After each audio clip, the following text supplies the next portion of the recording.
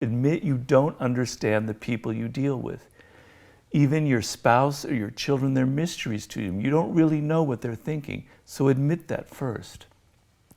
When you admit that, now you're motivated to try and learn. There are little steps you can take. I won't go through all of them. But the first thing is, if you take your wife or your husband, if you say to yourself, I don't really understand them. I think I do. But a lot of the times when you think you understand them, you're just simply projecting onto them your own emotions. I'm going to observe her, let's just say from my point of view, in a different way than I normally do.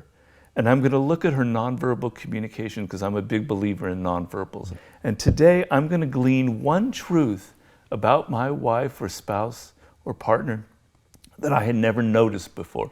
And I'm going to try and see, perhaps get to the point where I can begin to understand her perspective.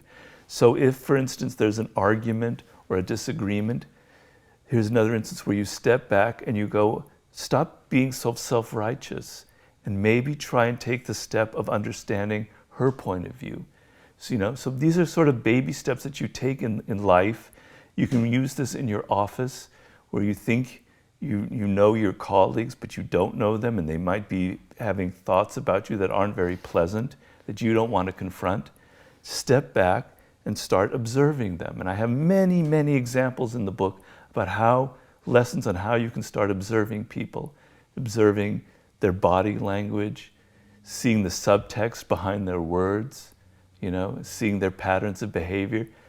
For instance, you'll notice sometimes, we all go through this, that when we see our boss, we get a kind of body language and a nervousness it's unusual. But when we see somebody else, like a friend, suddenly our face lights up and we're much more relaxed and happy. All people are like that. So you want to see how somebody reacts to you when you meet them, when you come up to them, and how they react to other people.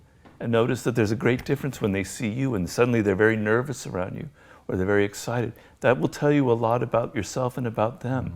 You're not being observant. I have a chapter on your attitude in life, how you can change your circumstances by changing your attitude.